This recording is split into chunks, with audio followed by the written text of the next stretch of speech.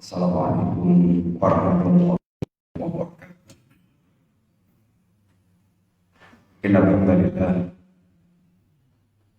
wassalatu wassalamu ala Rasulillah wa ala alihi wa ashabihi wa mawalah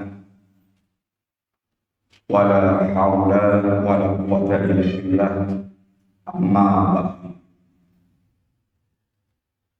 Alhamdulillah, para bapak, ibu, para ikhwan dan para akhwat, jamaah imani wa Allah. Yang pertama kita bersyukur kepada Allah Subhanahu wa taala pada pagi hari ini dengan taufik dari Allah Ta'ala kita bisa bersama-sama untuk hadir di majelis ilmu, majelis yang sangat kita butuhkan dalam rangka untuk menguatkan keimanan kita dan menambah keimanan kita. Karena perawatan iman kita, faktor yang sangat menentukan adalah ilmu. Ilmu yang senantiasa kita dapatkan dalam keseharian kita. Sebagaimana telah kita sering sampaikan bahwa sesungguhnya kebutuhan kita ilmu jauh melampaui kebutuhan jasad kita kepada makan dan minum. Sebagaimana ungkapan Imam Ahmad yang lebihnya yang maknanya adalah an-nafsu yahtaduna ilal ilmi ahwad min hajatin ilal ta'am. Kebutuhan seseorang terhadap ilmu itu melebihi kebutuhannya kepada jasad kepada makan dan minum. Kenapa? Fa inna ta'ama wa syaraba yahtajuna fil yawmi maratan. Adapun makan dan minum itu sehari bisa dipenuhi sekali atau dua kali. Sedangkan ilmu dibutuhkan oleh manusia bihadati anfasi, sebanyak tarikan nafas yang dia lakukan. Tentu kebutuhan kita kepada nafas jauh lebih mendesak, lebih penting dibandingkan dengan makan dan minum. Makan minum sekali atau dua kali, adapun bernafas tidak bisa sekali dua kali, bahkan ribuan kali dalam sehari nafas kita, tarikan nafas kita, yang dampaknya kalau seorang dia terputus dari makan dan minum adalah kematian jasad. Sedangkan kalau dia terputus dari ilmu, dampaknya adalah kematian hati kita. Dan itu lebih dahsyat. Yang kedua, taqatibillah rahimahullah, lebih bersyukur lagi kita ketika Allah Subhanahu wa taala menggerakkan kita untuk memiliki perhatian yang sangat besar terhadap akidah kita, yang kebanyakan manusia, maksudnya adalah kebanyakan kaum muslimin, banyak yang sudah tidak perhatian lagi dengan akidahnya. Bahkan banyak di antara para dai yang juga enggan untuk menyampaikan akidah. Pada posisi akidah kita mengetahui sendiri perkara yang sangat mendasar dalam agama kita, yang sering digambarkan atau kita sampaikan posisi akidah itu seperti posisi akar dari sebuah pohon dan posisi fondasi bagi sebuah bangunan. Bagaimana Allah katakan, afaman assasa bunyanahu ala taqwa minallahi wa ridwanin. Afaman assasa bunyanahu ala taqwa minallahi wa ridwanin. Apakah orang yang mereka membangun bangunan mereka di atas asas ketakwaan dan keridhaan Allah, ini di atas asas keimanan, itukah yang lebih baik? Amman assasa bunyanahu ala syafa jurufin harin, ataukah yang lebih baik orang yang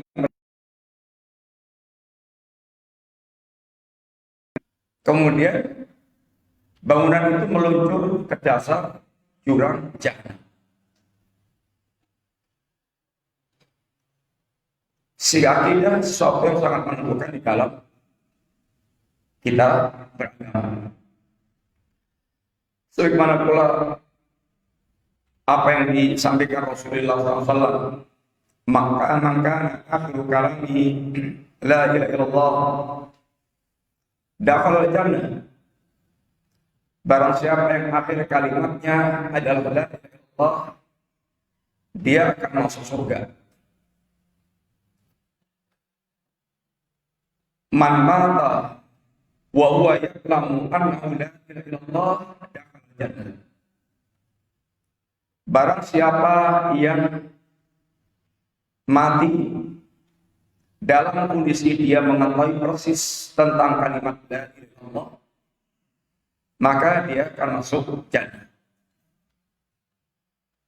Sehingga inilah faktor utama yang menyelamatkan kita dari neraka.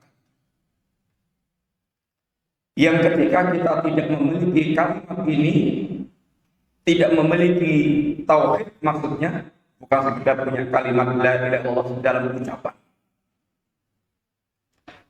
maka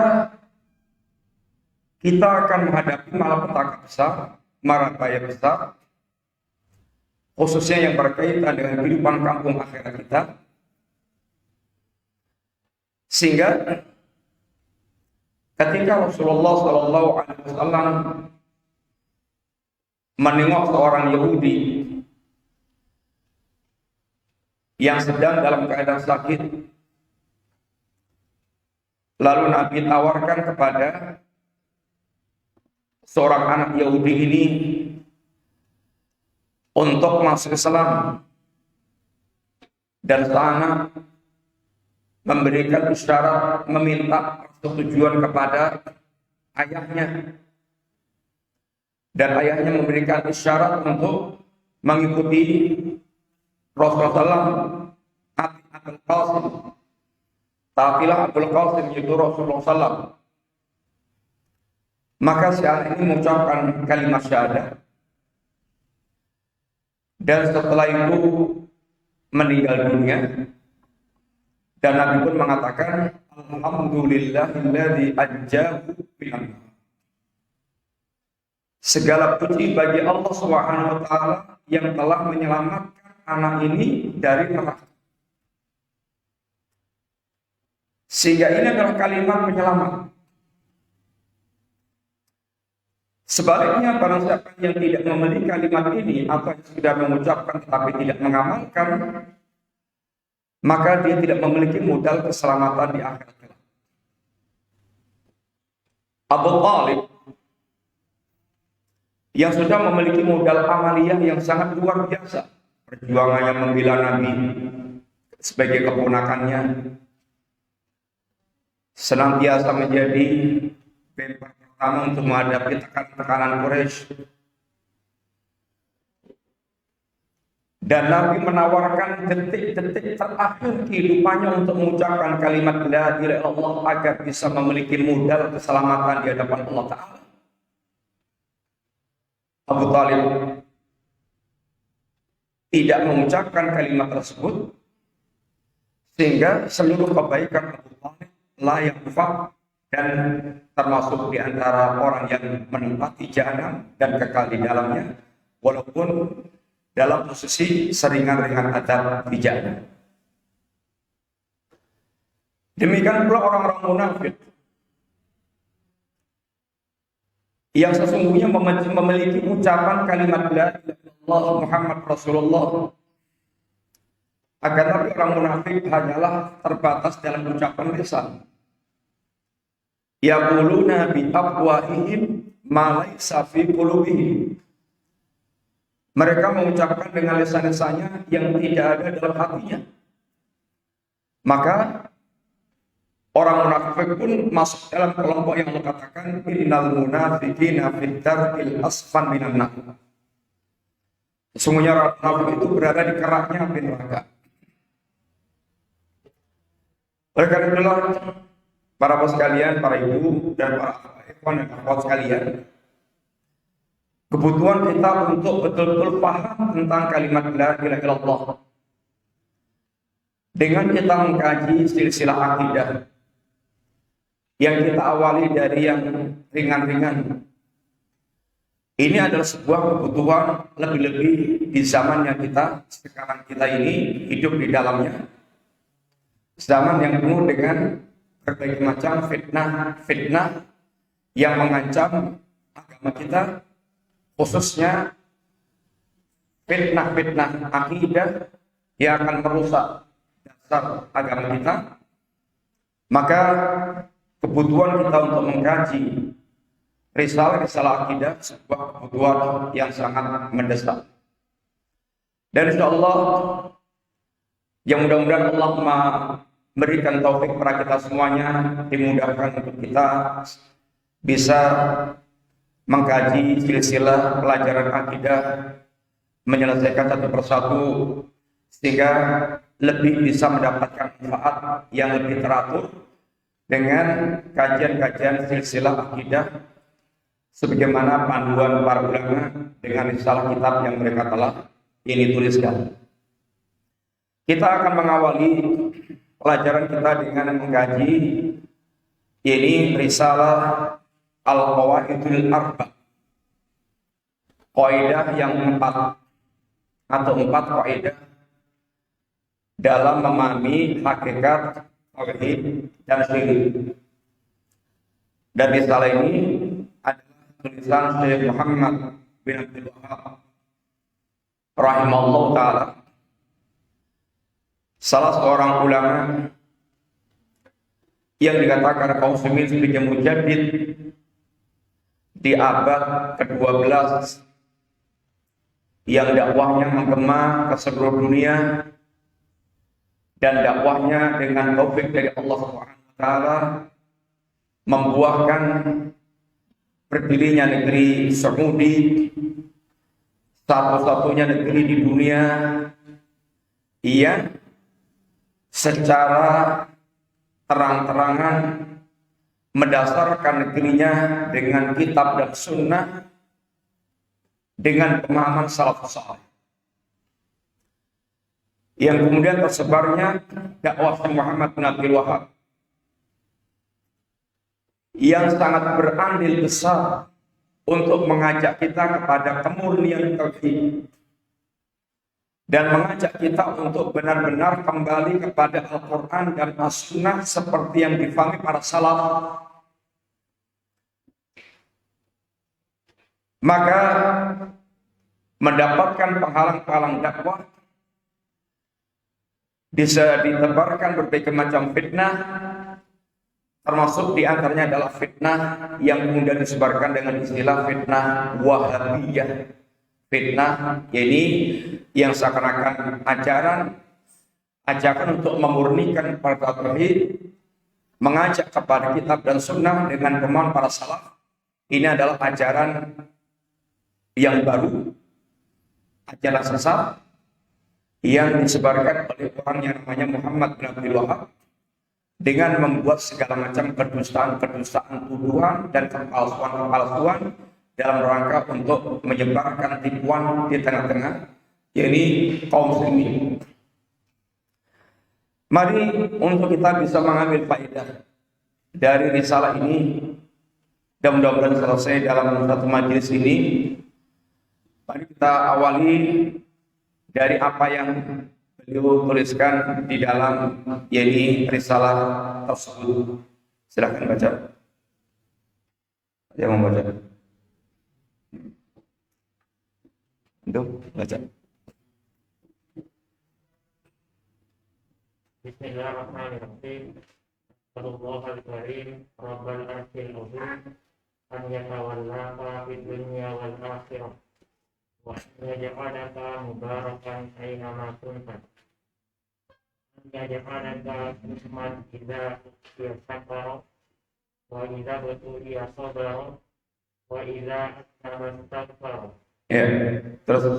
Wa inna hadhihi salata unwanu sa'adah. Iya. Mari kita lihat paragraf pertama yang disampaikan kepada sekalian. Dan sebelum kita menyampaikan dari kalimat-kalimat ini, dalam risalah Al-Qawaidul Arba, ini 4 faedah dan upaya memahamkan kita tentang hakikat tauhid dan syirik ini, bahwa risalah ini globalnya. Yang pertama, beliau membawakan mukadimah. Mukadimah pertama dalam doa, mukadimah ketiga dalam kedua dalam bentuk, yaitu menjelaskan tentang hakikat milah Nabiullah Ibrahim. Mukadimah ketiga menjelaskan tentang hakikat tauhid. Mukadimah keempat menjelaskan tentang hakikat dan bahaya kesyirikan. Baru kemudian beliau masuk ini 4 kaidah. Kaidah pertama berkaitan dengan penjelasan apa yang menjadi keyakinan orang-orang Quraisy, kafir Quraisy. Keyakinan mereka tentang rububiyah Allah Subhanahu wa taala. Yang kedua, kaidah kedua menjelaskan tentang apa hakikat kesyirikan yang dilakukan oleh orang-orang kafir Quraisy. Yang ketiga, kaidah ketiga menjelaskan tentang bermacam-macamnya bentuk kesyirikan yang mereka lakukan. Yang keempat, ini membandingkan antara musyrikin zaman kita dengan musyrikin zaman dahulu. Ini kondisi musyrikin pelaku kesyirikan di zaman kita. Mari kita lihat sekarang, belum mengawali dengan kalimat Bismillahirrahmanirrahim, sebuah mukadimah atau awalan yang menjadi kebiasaan para ulama yang mengawali dengan kalimat Bismillahirrahmanirrahim. Yang pertama adalah iktidaan bi kitabillah, dalam rangka untuk meniru dan mencontoh kitab Allah Subhanahu wa taala. Yang setiap awal suratnya diawali dengan kalimat basmalah Bismillahirrahmanirrahim, kecuali surat At-Taubah. Yang kedua, mengawali dengan basmalah adalah iktidaan bi Rasulillah, dalam rangka untuk mencontoh Rasulullah sallallahu alaihi wasallam.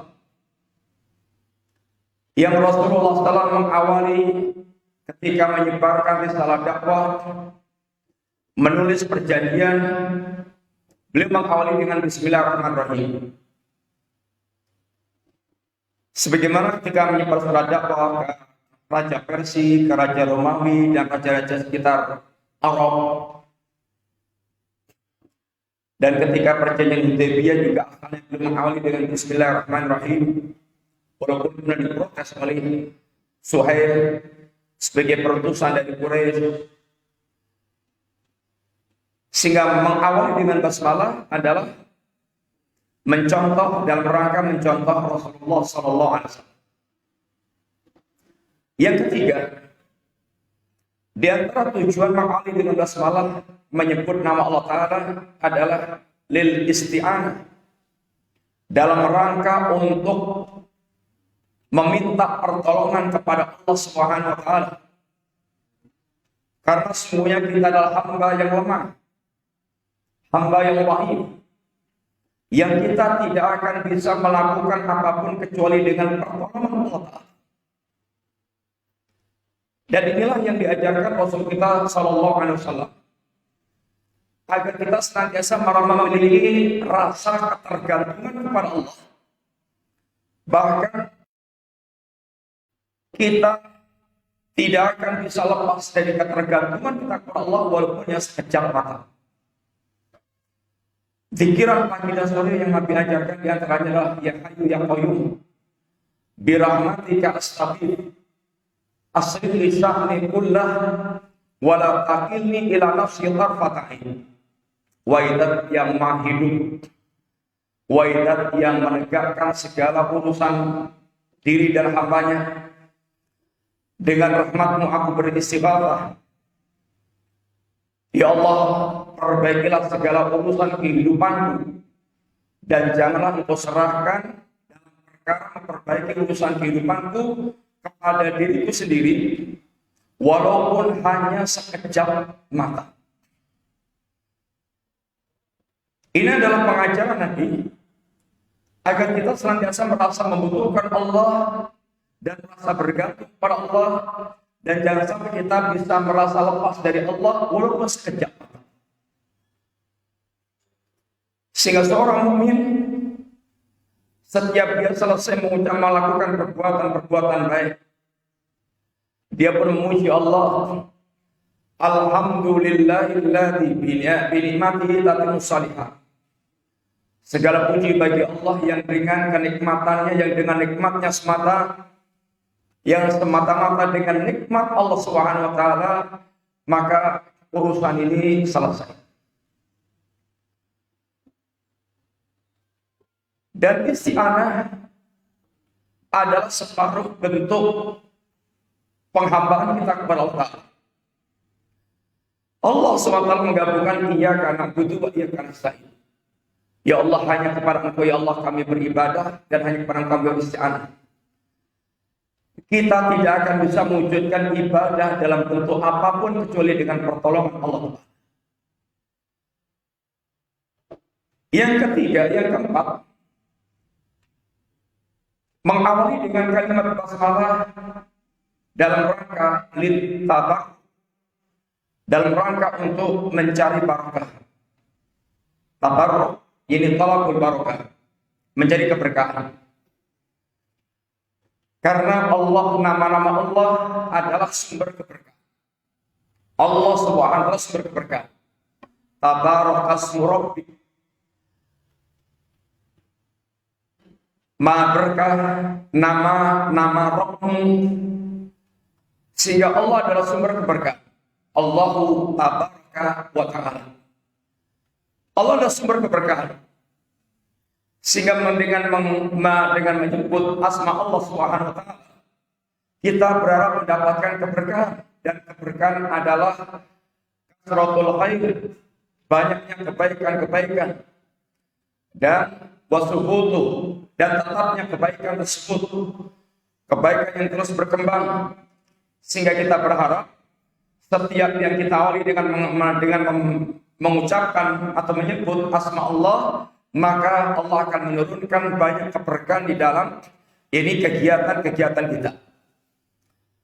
Orang yang makan dan dia mengucapkan basmalah, diawali dengan basmalah, maka di antara keberkahannya adalah syaitan tidak akan ikut nimbrung dalam makan tersebut. Dan diharapkan makanan yang masuk ke dalam tubuhnya itu akan menjadi penggerak untuk dia semangat dalam beribadah kepada Allah Ta'ala.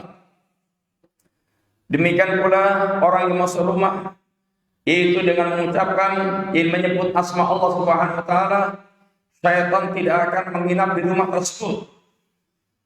Sebaliknya, orang yang masuk rumah tanpa menyebut asma Allah Ta'ala, syaitan akan menjadikan rumahnya sebagai markas untuk menginap, sehingga rumah yang kosong dari zikrullah bisa jadi sering terjadi keburukan-keburukan di rumah tersebut. Karena banyaknya syaitan yang bersarang di rumah tersebut. Sampai mengucapkan masalah pada tingkatan menghalalkan dan mengharamkan sesuatu. Orang yang menyembelih dengan mengawali bismillah dan sembilahnya halal, dan orang yang mereka menyembelih tanpa mengucapkan basmalah maka sembilahnya haram. Maka menghadirkan nama Allah ini adalah sebuah kebaikan yang sangat besar. Dan dalam kalimat basmalah menghimpun 3 nama Allah yang pertama. Allah, Ar-Rahman, Ar-Rahim. Yang Allah ini adalah tempat kembalinya seluruh al-asma'ul husna. Allah adalah tempat kembalinya seluruh al-asma'ul husna. Sehingga adalah nama Allah yang teragung. Allah adalah Ismullah al-A'zam, nama Allah yang paling agung. Yang Allah maknanya adalah Dzul Uluhiyah. Allah adalah pemilik hak untuk disembah. Pemilik uluhiyah. Yang hanya Allah lah yang berhak untuk disembah, dan tidak ada yang berhak disembah kecuali Allah Subhanahu wa taala. Ar-Rahman Ar-Rahim adalah sifat yang dominan pada Allah taala, di mana Allah yang menebarkan rahmatnya kepada para hamba. Allah rahmatnya luas tanpa batas, sehingga Allah mengurus para makhluknya dengan kasih sayang Allah Subhanahu wa taala. Inilah nama Allah yang sangat agung. Kemudian beliau mengawali dengan doa. Dan itu diantara tanda kebaikan seorang guru, seorang syekh, seorang dai. Dan begitulah seharusnya di mana seorang dalam berdakwah senantiasa mengharapkan kebaikan kepada Allah bagi orang yang didakwai, sehingga memiliki semangat yang tinggi untuk mengantarkan orang kepada kebaikan dengan penuh kelembutan. Karena di antara tanda kasih sayang seseorang adalah dia banyak-banyak mendoakan kepada orang lain. Dan ketika juga kita mendoakan orang lain, malaikat akan mengaminkan, demikian juga untuk Anda. Sehingga tidak ada ruginya ketika kita mendoakan orang lain, selain kita berbuat baik dan mengharapkan kebaikan bagi orang lain, maka semuanya hakikat doa yang kita ucapkan untuk orang lain pun, maka hakikatnya adalah mendoakan untuk diri kita sendiri, karena malaikat akan mengaminkan, demikian pula untuk Anda. Dan tentu pengaminan malaikat lebih dekat kepada ini pengijabahan, karena dikabulkannya doa sangat berkaitan dengan siapa orang yang berdoa tersebut. Dan malaikat adalah makhluk Allah yang la ya'sunallaha ma amarhum wa yaf'aluna ma yu'marun. Makhluk yang tidak pernah durhaka kepada Allah. Makhluk yang senantiasa taat melaksanakan perintah Allah Ta'ala, sehingga kemungkinan dikabulkannya jauh lebih besar. Apa di antara isi doa yang beliau sampaikan? As'alullaha Rabbal arsil azim. Aku minta kepada Allah Subhanahu wa taala, Rabbal arsil azim, Rabbnya arsy yang agung. Al-azimnya bisa yaitu mansub, Rabbal arsil azimah, atau bisa majrur, Rabbal arsil azimi. Kalau kembalinya kepada Allah, mansub, Rabbal arsil azimah. Kalau kembalinya kepada aras, sifat aras, Rabbal arsil azimi.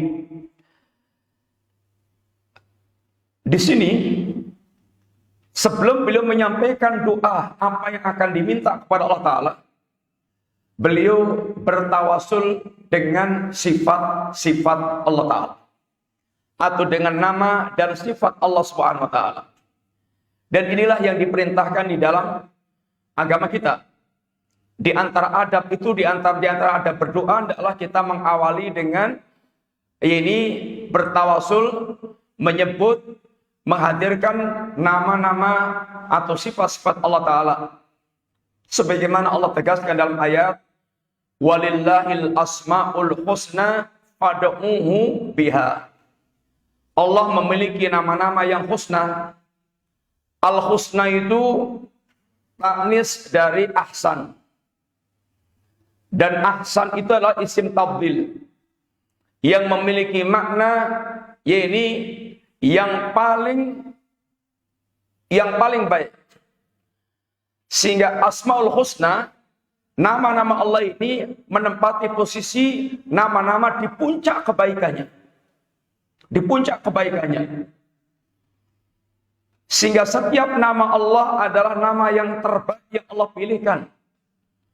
Dan di antara terbaiknya nama ini, atau di antara husnanya nama itu, setiap nama mengandung sifat sebagai cerminan daripada nama tersebut. Karena nama semata-mata nama, maka bukan dikatakan husna.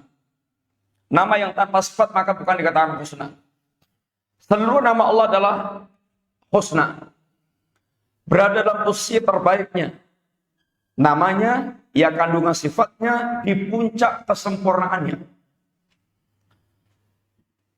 Bertawasul dengan Asma'ullah Al-Husna, ini termasuk di antara tawasul yang masyru'. Ada tawasul yang masyru', ada tawasul yang mamnu'. Tawasul yang masyru', tawasul yang dibolehkan syariat. Tawasul dengan nama Allah, tawasul dengan amal saleh, sebagaimana 3 orang yang terjebak di gua. Kemudian tawasul dengan doanya orang saleh yang masih hidup. Ini tawasul yang masyru'. Tawasul yang mamnu', yang terlarang, bisa syirik atau bid'ah. Seperti bertawasul dengan mayit-mayit yang sudah meninggal, ini adalah tawasul yang syirik. Menjadikan para mayit menjadi wasilah untuk mengantarkan kepada Allah, ini adalah kesyirikan. Atau tawasul yang bid'ah, tawasul dengan keagungan seseorang, maka ini termasuk di antara tawasul yang bid'ah. Ini adalah beliau bertawasul dengan nama Allah atau sifat Allah, Rabbal Arsil Azim. Allah adalah Rabbnya, pencipta arsy, pemilik arsy, yang mengendalikan arsy, sehingga arsy dalam kekuasaan Allah, Allah adalah Rabbnya. Rabb, Al-Khaliq, Al-Malik, Al-Mudabbir, Allah yang menciptakan arsy, Allah yang memiliki dan menguasai arsy, Allah yang mengatur arsy, sehingga Allah tidak ada kebutuhan dengan arsy. Allah tidak punya kebutuhan dengan arsy. Bahkan arsy yang membutuhkan Allah Subhanahu wa taala. Dan arsy ini makhluk Allah yang sangat besar. Bayangkan, Nabi pernah menggambarkan penjelasan tentang arsy ini. Seandainya langit yang 7 dan bumi yang 7 ini. Padahal bumi ini dibandingkan dengan langit sangat kecil. Kalau seandainya matahari adalah bagian daripada benda-benda langit, bumi dengan matahari itu perbandingannya kayak kelenteng dengan kelenting. Tahu nggak kelenting? Kayak kelenteng dengan kelenting. Kecil, satu titik bandingkan dengan lingkaran yang lumayan besar. Matahari sebagian dari benda-benda langit. Langit yang 7 dibandingkan dengan kursinya Allah, itu seperti lempengan ini cincin besi yang ditaruh, atau dirham yang ditaruh di tameng. Yang ditaruh di tameng. Perisai. Sangat kecil.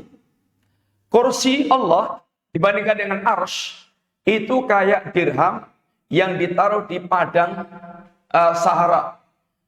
Sehingga perbandingannya sangat kecil antara kursi dengan arsy Allah. Sehingga alangkah sangat besarnya arsy. Dan Allah Subhanahu wa taala akbar min kulli syai'. Allah Maha besar di antara seluruh, dibandingkan seluruh yang ada, termasuk di antaranya adalah ya dengan arsy. Ini adalah keagungan Allah Subhanahu wa taala. yang dijelaskan oleh beliau bagaimana Allah zat yang maha agung. Lalu bagaimana manusia sombong dan angkuh ketika dia bermuamalah dengan Allah Subhanahu wa taala, sedangkan dia merupakan salah satu di antara penduduk bumi, di antara miliaran penduduk bumi yang ada. Apa yang dia sombongkan? Apa yang dia sombongkan di hadapan Allah Subhanahu wa taala, yang Allah adalah pemilik makhluk-makhluk yang sangat besar. Di antaranya arsy Allah, kursi Allah, langit-langit yang ada. Lalu apa yang dia sombongkan di hadapan Allah Subhanahu wa taala? Rabbal Arsyil Azim. Sehingga ada nama Allah, kemudian Rabb, kemudian Al-Azim. Beliau menyebutkan beberapa nama Allah di dalam doa tersebut. Ayyatawallaka fid dunya wal akhirah wa yaj'alaka mubarakan aina ma kunta wa yaj'alaka mimman idza utiya syakara wa idza tuliya sabara wa idza atnaba istaghfara fa innahu la italah unwan sa'adah. Isi kandungan doa beliau, satu, beliau mendoakan kita agar kita senantiasa dalam perwalian Allah. Ayyatawallaka fid dunya wal akhirah walayah. Agar kita senantiasa dalam perwalian Allah Subhanahu wa taala.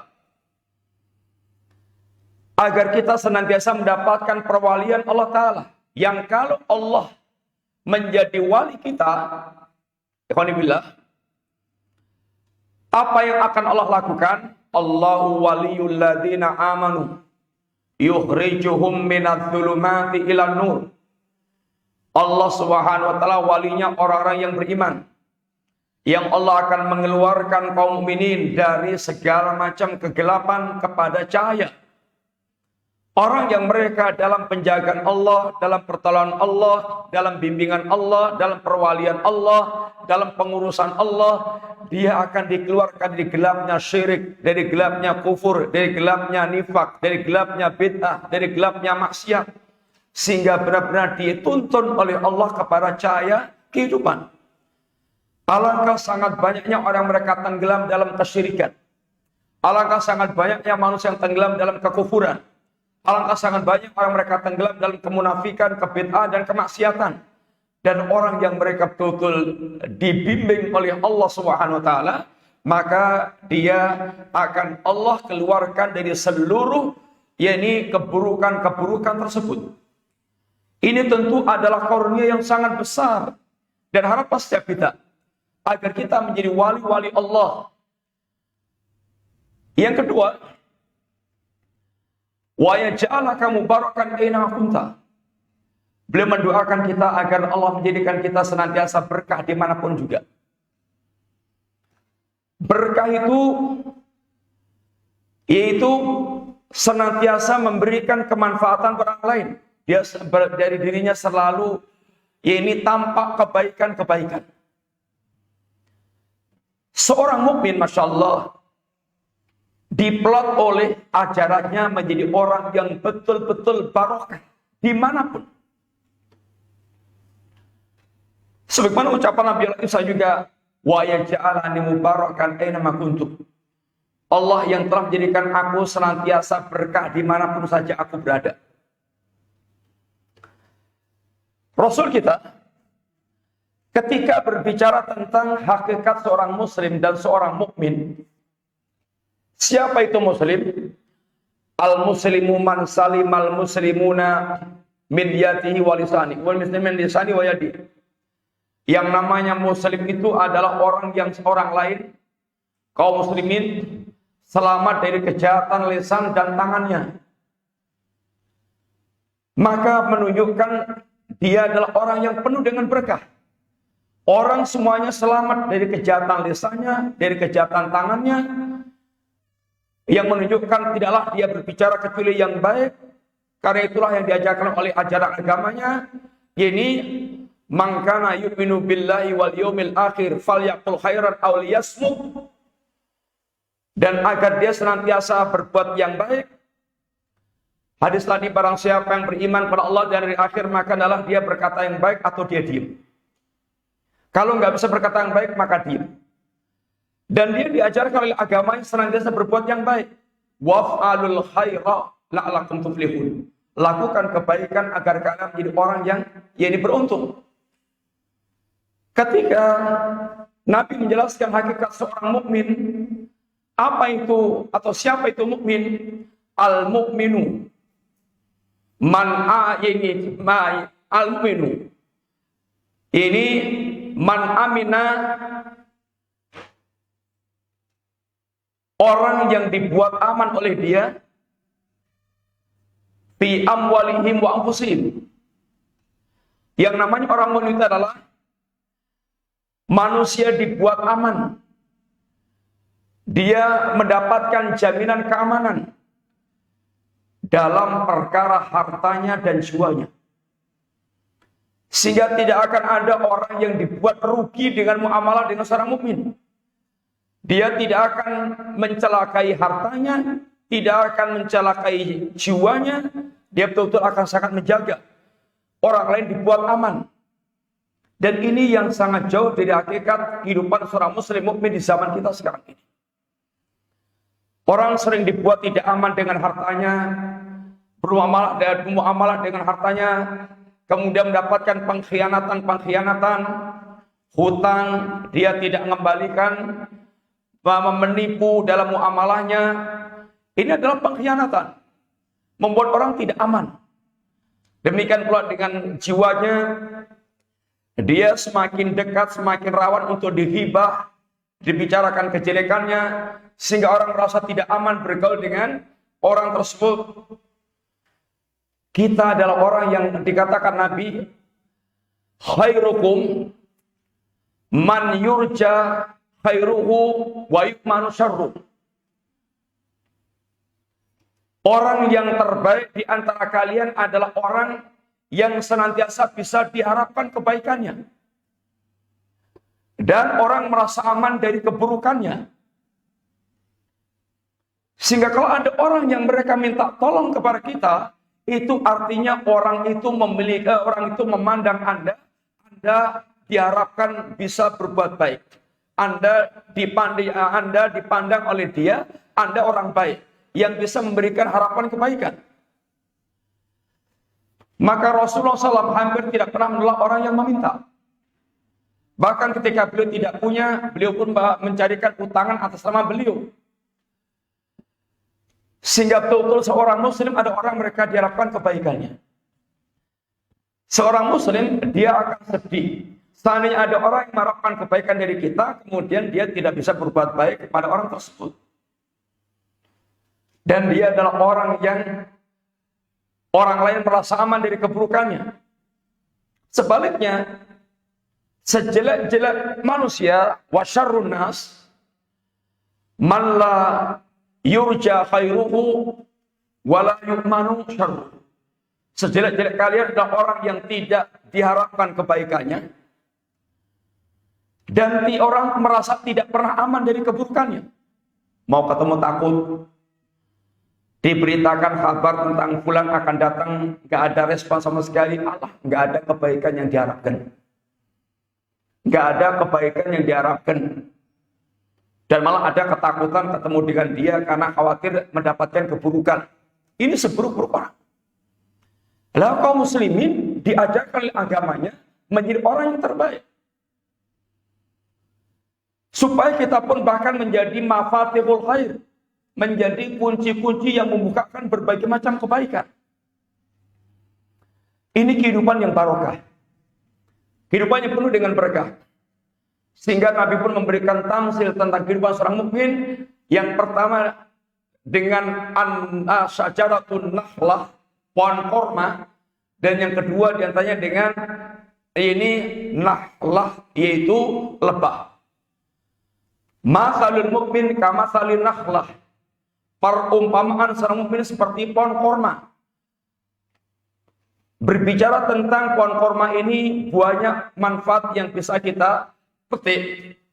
Tetapi satu di antaranya, pohon korma ini pohon yang memberikan kemanfaatan dari akar sampai semuanya. Akarnya, batangnya, daunnya, buahnya dari yang paling pentil sampai yang paling matang, semuanya memberikan manfaat. Sehingga sesuatu yang tidak sia-sia. Mestinya begitulah diantaranya kehidupan seorang mukmin, bagaimana dia bisa memberikan kemanfaatan kepada manusia. Inilah kehidupan yang penuh dengan keberkahan. Keberkahan itu bersumber dari keimanan dia yang benar. Kemudian, wa yaj'alaka mimman idza utiya syakara wa idza tuliya sabara wa idza atnaba istaghfara. Dan beliau mendoakan yang ketiga, isi doanya adalah agar Anda senantiasa dijadikan oleh Allah Subhanahu wa taala orang yang kalau diberi bersyukur, kalau diuji bersabar, kalau berdosa beristighfar. Fa inna haula'i thalas unwanu sa'adah. 3 perkara ini merupakan pilar-pilarnya kebahagiaan. Kebahagiaan adalah sesuatu yang paling dicari oleh manusia. Siapapun di tengah-tengah kehidupan ini, mereka sedang mengejar satu perkara yang sama, itu ingin menjadi orang yang bahagia. Ada yang dia sangka untuk mendapatkan kebahagiaan itu dengan dia berusaha untuk menjadi orang yang paling kaya raya. Sehingga segala jalan untuk mendapatkan kekayaan tanpa peduli caranya dia tempuh. Mau dia harus ke dukun, mau dia harus mengadakan perjanjian dengan setan, mau dia harus dengan cara korupsi, mau dia harus dengan cara melakukan perbuatan syirik, ritual syirik, mau dia harus dengan cara harus menjadi orang munafik, mau dia harus dengan cara menjual agamanya, mau dengan cara dia harus menjual harga dirinya. Yang penting dia mendapatkan target menjadi orang yang kaya, dia sangka dengan itu dia akan berbahagia. Tapi kenyataan membuktikan kepada kita berapa banyak orang yang Allah telah curahkan kepadanya harta, kekayaan, dan tidak sedikit pun memberikan kebahagiaan. Kemudian ada orang membayangkan bahagia dengan jabatannya, sehingga dia meniti karir dari bawah sampai menjadi orang di puncak kekuasaannya. Dia sangka itu akan memberikan kepada kebahagiaan. Tetapi kenyataan hidup membuktikan bahwasanya berapa banyak orang-orang yang mereka ini telah sampai pada puncak kekuasaannya, bahkan dia pun matinya mati stroke, kemudian mati ngenes, senantiasa dalam ketegangan hidup. Dia jauh daripada bayangan kebahagiaan yang dia sangkakan. Ada yang membayangkan kebahagiaan dengan keterkenalan, menjadi orang yang terkenal, yang sangat populer, di semua media ada nama dia. Berapa banyak orang telah sampai di puncak-puncak keterkenalannya dan dia bunuh diri karena merasakan sempitnya kehidupan. Yang kebahagiaan itu kata para ulama adalah itminanul qalbi wa sirahu sadri. Kebahagiaan itu adalah ketenangan hati dan lapangnya dada, dan itu hanya akan bisa diraih apabila hati itu betul menjadi hati seorang mukmin yang dia punya hubungan yang kuat dengan Allah Subhanahu wa taala. Sumber kebahagiaan adalah menjadi seorang mukmin dan beramal saleh.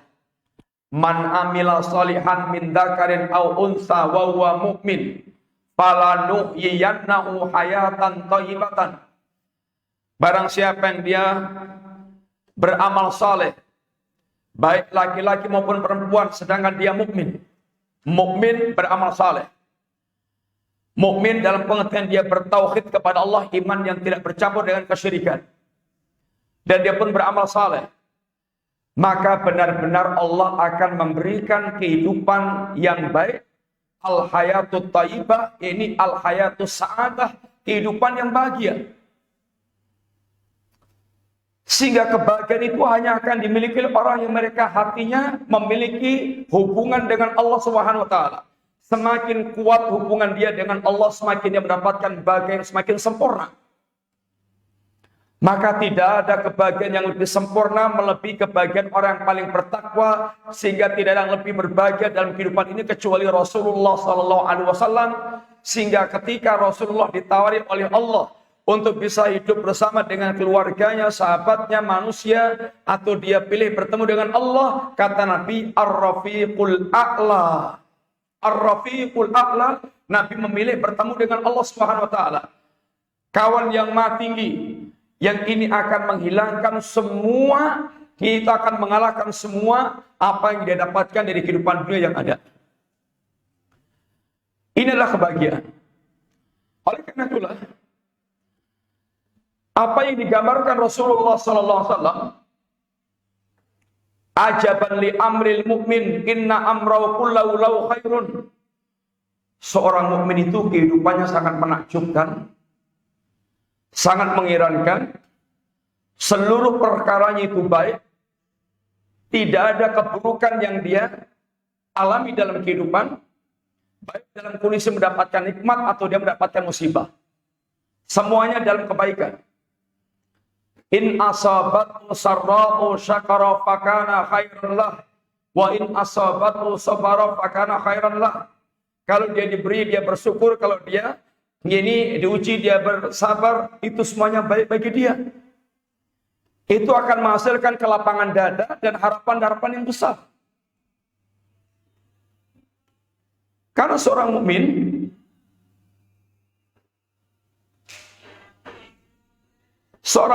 kebahagiaannya itu adalah ini ketika dia tetap senantiasa bisa bersama Allah dalam keadaan suka atau duka. Semakin dia dekat dengan Allah, semakin dia berbahagia. Boleh jadi di tengah-tengah musibah dia lebih berbahagia dibandingkan ketika dia mendapatkan nikmat. Karena kebahagiaan itu akan seiring dengan kedekatan dia dengan Allah Subhanahu wa taala. 3 pilar kebahagiaan kata beliau. 1, idza utiya syakara. Kalau diberikan dia bersyukur. Rukunnya syukur itu 3. Orang dikatakan bersyukur itu apabila mau rukun syukur yaitu 3. 1, yaitu dia bersyukur dengan hatinya. Bagaimana dia bersyukur dengan hatinya? Bersyukur dengan hatinya itu meyakini bahwa semua nikmat-nikmat yang dia rasakan itu semata-mata hanya berasal dari Allah SWT. Dia memiliki keyakinan yang benar tentang penisbatan nikmat. Yang pertama, dia mengenal tentang nikmat itu sendiri. Karena berapa banyak orang mereka tidak mengenal nikmat. Berapa banyak orang mereka lupa sehat itu nikmat. Berapa banyak orang mereka lupa bahwasanya dia bisa dimudahkan untuk baca Quran, berzikir, berpuasa, salat jamaah, datang majelis taklim itu nikmat. Berapa banyak orang lupa kalau dia dihindarkan dari malapetaka itu nikmat. Maka yang pertama kali hati harus tahu hakikat nikmat yang sedang dia rasakan itu. Yang Allah menegaskan wa ma bikum min nikmatin faminallah. Apapun nikmat yang Anda dapatkan, semua nikmat itu datangnya dari Allah Subhanahu wa taala. Baru dia setelah itu mengenal al-mun'im, yaitu siapa yang mencurahkan nikmat tersebut. Hati yang seperti ini baru akan bisa mengantarkan dia bersyukur kepada Allah Ta'ala. Kalau dia tidak mengenal hakikat nikmat, tidak pula mengenal siapa yang mencurahkan nikmat, bagaimana dia akan mensyukuri nikmat tersebut? Sehingga mensyukuri nikmat dengan hatinya, artinya hatinya itu mengenal hakikat nikmat dan mengenal hakikat zat yang mencurahkan nikmat tersebut. Karena dalam hal ini ada manusia mereka itu menisbatkan nikmat kepada selain Allah Ta'ala. Sehingga dijelaskan oleh Allah dalam diskusinya yang Nabi sampaikan pada pagi hari ini, asbaha ibadi, asbaha abdi, abasku, ada yang ini mukmin, ada yang kafir. Adapun orang mereka mengatakan mutirna bifadlillah, kami diberikan hujan oleh karena karunia Allah. Ini adalah bahwa mukmin, dia beriman kepada Allah dan dia kufur kepada bintang. Ada orang mereka mengatakan, ya ini mutirna binauin kada wa kada, kita diberikan hujan karena bintang ini bintang itu, maka dia telah kufur kepada Allah dan dia ini beriman kepada bintang. Salah menisbatkan nikmat atau lupa menisbatkan nikmat. Berapa banyak orang mereka itu mendapatkan nikmat kemudian dia katakan bahwa ini adalah hasil jerih payahku sendiri. Ini adalah warisan orang tuaku. Ini adalah karena itu karena kalau orang yang jenius, yang pandai dan seterusnya. Ini salah menisbatkan nikmat. Oleh karena itulah, termasuk dengan hati kita, ikhwatibillah, itu benar-benar menisbatkan nikmat tersebut kepada ini Allah sang pemberi, yaitu nikmat. Ini yang pertama, mensyukuri dengan hati kita. Yang kedua, mensyukuri dengan lisan kita. Bagaimana caranya? Dengan senantiasa mengucapkan memuji Allah Ta'ala, Alhamdulillah, Alhamdulillah, atas nikmat yang Allah telah berikan kepada kita. Kemudian termasuk diantaranya adalah tahadduts binikmatillah, menceritakan nikmat itu kepada orang lain. Menceritakan nikmat-nikmat yang dia terima itu kepada orang lain. Tetapi dengan catatan, tidak setiap orang Anda perlu ceritakan nikmat itu, karena berapa banyak orang yang mereka itu memiliki menyimpan rasa hasad, sehingga ketika mendapatkan cerita Anda, dia bukan mendoakan, tapi malah dia muncul, ide-ide buruk, bagaimana melenyapkan nikmat yang Anda terima karena hasad. Nggak suka mendengar Anda, yaitu menceritakan nikmat-nikmat yang Anda terima. Ceritakan pada orang yang kira-kira Anda pandang senang untuk mendapatkan cerita dan mendoakan, ini apa yang Anda ceritakan. Binikmatillah, fa'amma binikmati rabbika fahadits. Adapun terhadap nikmat Rabbmu, maka ini ceritakan nikmat tersebut. Ini adalah bersyukur dengan lisan. Lisan kita mengucapkan kalimat-kalimat syukur kepada Allah, dan kemudian juga kita menceritakan pada orang tentang nikmat-nikmat yang dia terima dari Allah SWT. Kemudian yang ketiga, bersyukur dengan yaitu jawari, anggota badan dia. Dengan cara menjadikan nikmat ini untuk ketaatan kepada Allah, bukan untuk maksiat kepada Allah Ta'ala. Dan termasuk di antara bentuk bersyukur dengan badan kita adalah menampakkan athar nikmat Allah. Ketika Allah berikan kepada dia ini kekayaan, kemudian dalam usaha, lalu dia mendapatkan banyak rezeki dari Allah, jangan Anda nampakkan seakan-akan Anda gembel, Anda seakan-akan tidak mendapatkan nikmat dari Allah Ta'ala, sehingga bajunya jelek, sandalnya jelek, kendaraannya jelek, seakan-akan Anda nggak bisa beli apa-apa, tidak mendapatkan sesuatu pun dari Allah Subhanahu Wa Ta'ala. Ini kurang menampakkan asar daripada pemberian Allah Subhanahu Wa Ta'ala. Bukan berfoya-foya dan bukan untuk pamer pada manusia, untuk bermegah-megahan, tapi dalam rangka menampakkan asar nikmat Allah Ta'ala dengan tetap tawadhu kepada para manusia. Ini dalam rangka untuk menampakkan nikmat Allah Subhanahu Wa Ta'ala. Orang yang mereka hidupnya bisa bersyukur seperti ini, maka betul dia akan menjadi orang yang memiliki pilar kebahagiaan dalam hidupnya. Orang yang tidak pandai bersyukur, orang paling sengsara. Sehingga akan menjadikan dia angkuh dan ujub. Dia tidak tahu asal-muasalnya nikmat tersebut. Sehingga dia lupa dengan sang pemberi nikmat. Akhirnya pun dia angkuh, sombong kepada manusia. Dada dia sesak, dada orang lain juga sesak. Karena sombong. Yang kedua, wa idza tuliya sabara. Kalau dia diuji oleh Allah, dia bersabar. Hidup kita tidak akan pernah sepi dari ujian. Terlebih apabila kita sudah bertekad untuk menjadi seorang mukmin yang sejati, siap-siap untuk diuji oleh Allah Subhanahu wa taala. Yang Allah katakan, apa hasbatum annama apa hasiban nasu ayutraku ayyakulu amanna wa hum la yuftanun.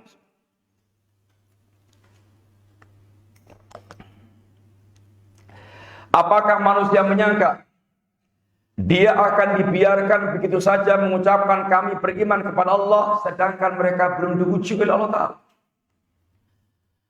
Walaqad fatanna alladziina min qablihim fala ya'lamanna Allahu alladziina shadaqu wa la ya'lamanna al-kadzibin. Dan sungguh Allah benar-benar telah menguji orang-orang sebelum mereka, yang dengan ujian Allah itu Allah akan tahu, dan Allah Maha tahu segala-galanya, mana orang-orang yang mereka jujur dengan keimanannya dan mana orang mereka dusta dengan keimanannya. Orang yang mereka jujur dengan keimanannya, mereka tidak akan pernah berubah ketika mendapatkan ujian-ujian dari Allah Subhanahu wa taala. Karena dia telah dari awal bertekad menjadi seorang mukmin, dia akan tanggung jawab. Dia akan terima apapun yang akan menimpa dia dengan tekad iman yang telah dia wujudkan dari awal itu. Sehingga segala macam ujian tidak akan membuat dia menyalahkan imannya. Beda dengan orang mereka dusta. Wa minan nasi may yaqulu amanna. Wa minan nasi may yaqulu amanna billah fa idza udiya fillahi ja'ala fitnatan nasi ka'adabillah. Sebagian orang ada mengucapkan kami beriman kepada Allah Subhanahu wa taala, tetapi apabila dia diuji, disakiti, diganggu gara-gara iman dia, maka dia pun menganggap gangguan itu seperti azab Allah, sehingga dia mulai tinggalkan, dia salahkan agamanya. Dia tidak sabar dengan ujian yang datang pada dia tersebut. Ini orang yang mereka dusta dengan imannya. Dan ujian itu akan sebanding dengan tingkat agama kita, kualitas agama kita. Wa yubtala rajul bihasabi dini. Seseorang akan diuji oleh Allah sesuai dengan tingkat agamanya dia. Kalau agamanya bagus, ujiannya semakin berat. Agamanya ringan, ujiannya pun juga dibuat Allah ringan. Sehingga yang paling berat ujiannya adalah para nabi dan yang semisal dengan para nabi. Asyaddun nasi bala'an al-anbiya tsummal amsalu fal amsal. Yang paling keras, yang paling berat ujiannya adalah para nabi, kemudian yang semisal dengan para nabi, kemudian yang semisal dengan para nabi. Sehingga ketika kita menyiapkan kualitas iman, maka kita pun menyiapkan pula mental untuk mendapatkan ujian Allah Ta'ala. Dan dalam hal ini, ikhwanillah, tingkatan orang yang mereka diuji oleh Allah Subhanahu wa taala, ada beberapa tingkatan. Pertama, orang yang tidak bisa bersabar. Sehingga dia akan protes dengan lisannya, dia akan protes dengan perbuatannya, yang menunjukkan dia tidak bersabar dengan ujian Allah Subhanahu wa taala. Hatinya marah, hatinya murka, tidak terima, lisannya mengucapkan kalimat-kalimat protes, umpatan-umpatan, tidak bisa bersabar. Ini tingkatan orang yang mereka tidak bisa bersabar dengan ujian Allah Ta'ala. Yang kedua, orang mereka bisa bersabar, merasakan pahitnya ujian, tetapi dia tidak mengeluh dengan lisannya dan tidak mengeluh dengan perbuatannya. Dia bisa bersabar bersama dengan dia merasakan pahitnya ujian tersebut. Yang ketiga, orang yang mereka bisa berlapang dada karena dia tahu persis ujian ini datang dari Allah, Allah yang mendatangkan ujian, dan Allah tidak menghendaki kecuali kebaikan, sehingga hatinya bisa berlapang dada, ridha. Yang ketiga, orang yang mereka bersyukur dengan ujian itu, yang dia lihat bukan lagi dat ujiannya, tapi di balik ujian ini ada pahala yang sangat besar yang Allah telah siapkan. Wa innama yuwaffas sabiruna ajrahum bighairi hisabin. Allah akan sempurnakan pahalanya orang yang mereka bersabar dengan pahala yang tanpa hitungan. Bahkan di akhirat kelak dikatakan oleh Nabi, orang-orang yang mereka di dunia tidak Allah uji, ketika melihat orang-orang yang diuji menerima pahala dari Allah, mendapatkan balasan dari Allah Ta'ala, dia berangan-angan seandainya kulit dia itu disayat-sayat, digunting-gunting, yawaddu ahlul afiyah. Orang-orang yang mereka diuji oleh orang-orang yang mereka sehat, sejahtera, tidak diuji, berangan-angan ketika dia melihat orang yang diuji Allah menerima hadiah di Allah Ta'ala balasan. Lau anna juludahum quridat bil maqarid, seandainya kulit mereka digunting-gunting karena besarnya pahala yang diterima. Hidup kita, alhamdulillah, tidak lepas dari mendapatkan nikmat, tidak pernah lepas daripada ujian, kesulitan hidup, dan yang ketiga tidak lepas dari kita tergelincir karena perwatakan anak Adam. Kata Nabi, kullu bani Adam khata'. Setiap anak Adam itu pasti dia berbuat dosa, salah. Tetapi orang yang paling berbahagia ketika dia itu berbuat salah ada senantiasa tergerak untuk beristighfar dan bertaubat kepada Allah Subhanahu wa taala. Orang yang mereka bisa mewarnai kehidupannya dengan 3 perkara ini, inilah pilar-pilar kebahagiaan. Akan betul mewariskan kebahagiaan dia di dunia dan di akhirat. Orang yang paling tangguh dan paling ini jaya di tengah-tengah kehidupannya dalam kondisi apapun adalah orang mereka bisa mewujudkan 3 perkara ini, mendapatkan nikmat dia bersyukur, diuji dia bersabar, dia tergelincir dia beristighfar. Ini adalah kunci-kunci kebahagiaan. Dan ini yang tidak akan pernah diraih oleh orang yang mereka tidak menghiasi hatinya dengan iman kepada Allah Subhanahu wa taala. Ini yang akan didapatkan orang mereka hatinya beriman kepada Allah, dunia akan menjadi surga bagi dia. Inna fid dunya jannatan. Di dunia ini ada surga. Man lam yadkhulha lam yadkhul jannatal akhirah. Barang siapa yang dia tidak masuk ke surga dunia, tidak akan masuki surga akhirat. Surga dunia itu adalah qanaahnya hati, tenangnya hati bersama dengan Allah Subhanahu wa taala, hati yang mengenal Allah dan merindukan Allah taala, sehingga ungkapannya lain mengatakan masakinu ahli dunia, yang namanya orang paling sengsara, yang miskin, yang ini kere dari ahli dunia, bukan yang tidak punya harta, tapi kharaju minat dunia walam yadhuq atyaba ma fiha, mereka sampai matinya meninggalkan dunia, belum pernah mencicipi, merasakan sesuatu yang paling indah, paling lezat, paling nikmat. Padahal itu yang dikejar oleh semua manusia, apalagi yang punya fasilitas untuk mendapatkannya. Apa itu yang dikatakan ini atyaba ma fiha wa ala ma'rifatullah wa mahabbatullah wal unsbi liqa'illah. Hati yang mengenal Allah, hati yang mencintai Allah, hati yang punya kenyamanan untuk bersanding dengan Allah, itulah orang yang akan merasakan surganya dunia sebelum dia masuk ke surga yang akhirat yang hakiki. Kita istirahat dulu, ikhwani billah. Insyaallah kita istirahat sampai nanti setengah 9-an, jam 8.20, setengah 9-an. Kita mulai sesi yang kedua lagi. Demikian, semoga manfaat. Wassallallahu ala nabiyina Muhammadin wa ala alihi wasallam.